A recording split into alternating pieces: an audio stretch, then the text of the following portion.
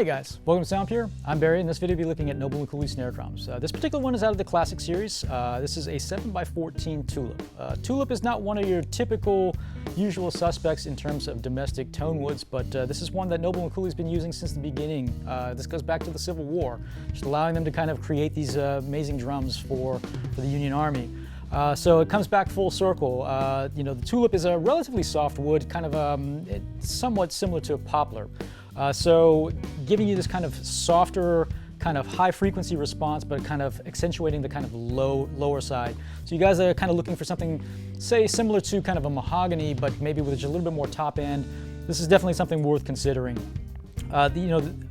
What I love about the Noble Cooley as well, this being a solid shell, most of the wood that they are harvesting is actually within 20 miles of the company itself. So it's a kind of a sustainable situation for these guys, and I really feel that this being kind of a backyard project just creates this kind of unique synergy that they have. With the solid shell, this is a steam bent piece, so the wood is planked, and they're basically 1/4-inch planks. They're steamed into round and then put into forms for about 8 weeks, and then they add the reinforcing rings. So this really kind of, unlike ply drums, the ply drums, are cross-laminated with, smaller, thinner cuts, and then they've got glue in between. So you're going to get this disruption both in terms of the resonance, but also in terms of the density of the wood itself. So this being a single plank and bent into shape, there's glue only at the seam itself and then glue only at the reinforcing rings. Where with the ply drums, you're going to get full coverage glue in between each ply. So your typical ply drum is going to be about 8 plies, roughly about 1/4 inch thick. So there's a lot of mass basically taken up there, and that really raises the pitch. Well, with the solid shell, again, being this single plank of wood with just a very minimal amount of glue applied, it resonates at a completely different frequency. I do love that you're getting the reinforcing rings here as well.